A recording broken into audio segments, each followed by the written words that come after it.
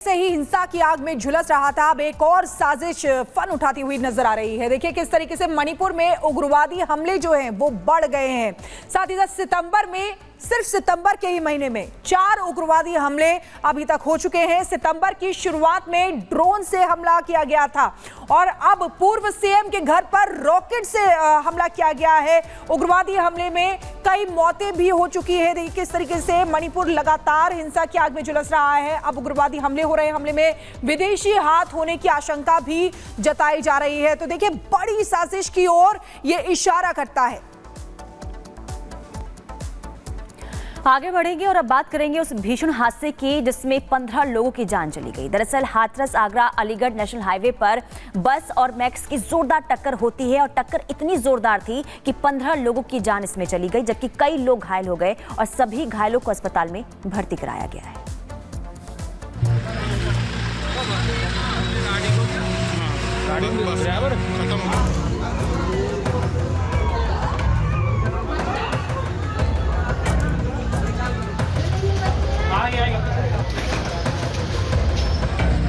भीषण सड़क हादसा, बीच सड़क पर पड़ी लाश, लोगों की भीड़ और पुलिस के साथ प्रशासनिक टीम।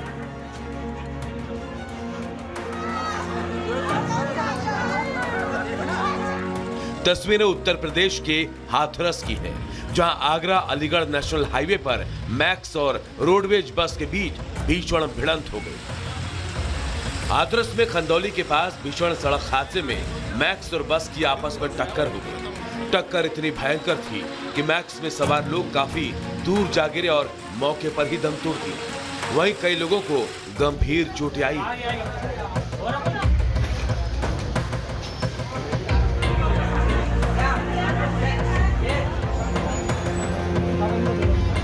जानकारी के मुताबिक 15 लोगों की मौके पर ही मौत हो गई। मृतकों में 7 पुरुष, 4 महिलाएं और 4 बच्चे शामिल हैं। वहीं करीब 1.5 दर्जन लोग घायल हुए हैं। इनमें से 8 लोगों की हालत ज्यादा गंभीर बनी हुई है। हादसे की सूचना मिलने के बाद मौके पर पहुंची पुलिस ने स्थानीय लोगों की मदद से घायलों और मृतकों के शव को एम्बुलेंस से हॉस्पिटल पहुंचाया। जहां घायलों का इलाज चल रहा है तो अपनों की तलाश में लोग भी अस्पताल पहुंच रहे हैं। ये बारिश के कारण जो फिसलन हुई है उसमें सड़क में कीचड़ हो सकता है या तेल हो सकती है। उसकी वजह से बारिश के कारण ये घटना प्रथम दृष्टया प्रतीत हो रही है कि घटी हुई है। घायल में अभी यहाँ पे 11 लोग हैं, 8 लोग जो थोड़ा सा उच्चतर इलाज के लिए अलीगढ़ रेफर किया गया JNMC। इस हादसे के बाद सीएम योगी और पीएम मोदी ने हाथरस की घटना पर दुख जताया। पीएम मोदी ने तो राहत कोष से मृतकों को 2-2 लाख की मदद और घायलों को 50-50 हजार की आर्थिक मदद देने का ऐलान भी किया। इधर हादसे की भयावहता को देखते हुए मृतकों की संख्या बढ़ने की आशंका जताई जा रही है। बताया जा रहा है कि हाथरस सासनी के मुकुंद खेड़ा से कुछ लोग 13वीं का भोज खाकर खंदौली के पास अपने गांव लौट रहे थे और इसी बीच ये हादसा हो गया। Bureau report, Republic Bharat.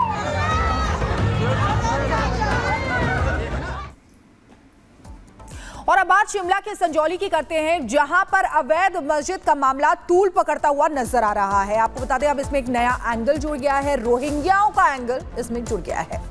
बिल्कुल, देखिए यही नहीं, आम लोगों का ये आरोप है कि बाहर से आकर लोग जमीन पर कब्जा करते हैं, मजार और मस्जिद बनाते हैं और आज इसी मुद्दे को लेकर जबरदस्त तरीके से बवाल भी देखने को मिल सकता है। कैसे अब अवैध निर्माण को लेकर शिमला में स्थिति बनी हुई है और वहां पर कैसे पल पल सियासी माहौल जो है वो देखने को मिल रहा है, वो भी आपको इस रिपोर्ट के जरिए दिखाते हैं।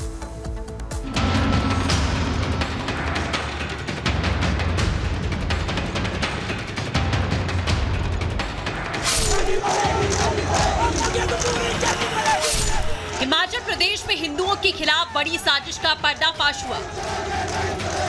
देवभूमि में अवैध मस्जिद और मदरसे तो तेजी से बढ़ ही रहे हैं, यहाँ रोहिंग्याओं को भी बसाने का काम चल रहा है। हिमाचल में इतना सब कुछ हो रहा है, लेकिन कांग्रेस है कि हाथ पर हाथ धरे बैठी हुई है।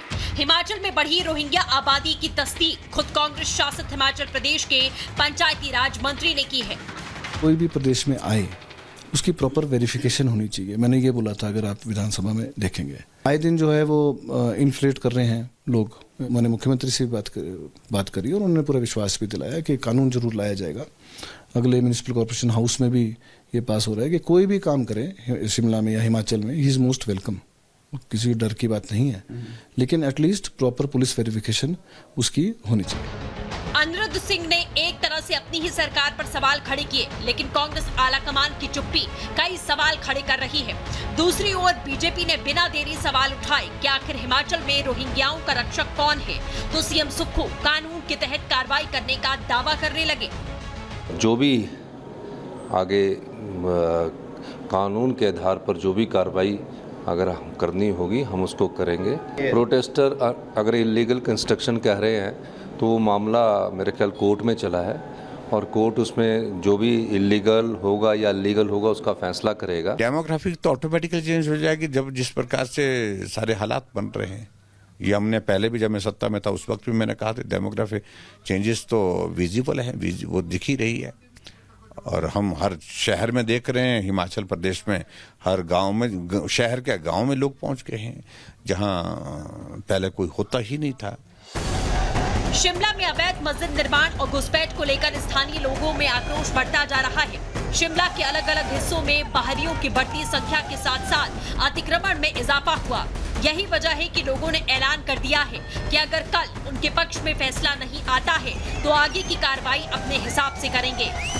प्रशासन हमारे पास आया है, उन्होंने हमें आश्वासन दिया है कि वो इसकी जो पूर्ण रूप से जो जांच करेंगे, उसके बाद अगर ये हमारे फेवर में नहीं रहता तो हम फिर से यहाँ पे प्रदर्शन करेंगे, क्योंकि मस्जिद तो यहाँ पे नहीं रहेगी। ये हमारा पूर्णतः विरोध है इस चीज़ का। हमारे जो लोग हैं इनके साथ आए दिन छेड़छाड़, लोग स्कूली बच्चे हैं, महिलाएं हैं, कोई वहाँ से गुजर नहीं पाता है। ये मामला सिर्फ अवैध निर्माण का नहीं बल्कि घुसपैठ का है, जो लोगों की सुरक्षा से जुड़ा है। इस मामले पर भले ही राजनीति हो रही है, लेकिन सवाल ये है, भारत में अवैध रूप से बांग्लादेशी रोहिंग्या कैसे बसते जा रहे हैं? रोहिंग्याओं को भारत में सुरक्षा कौन मुहैया करा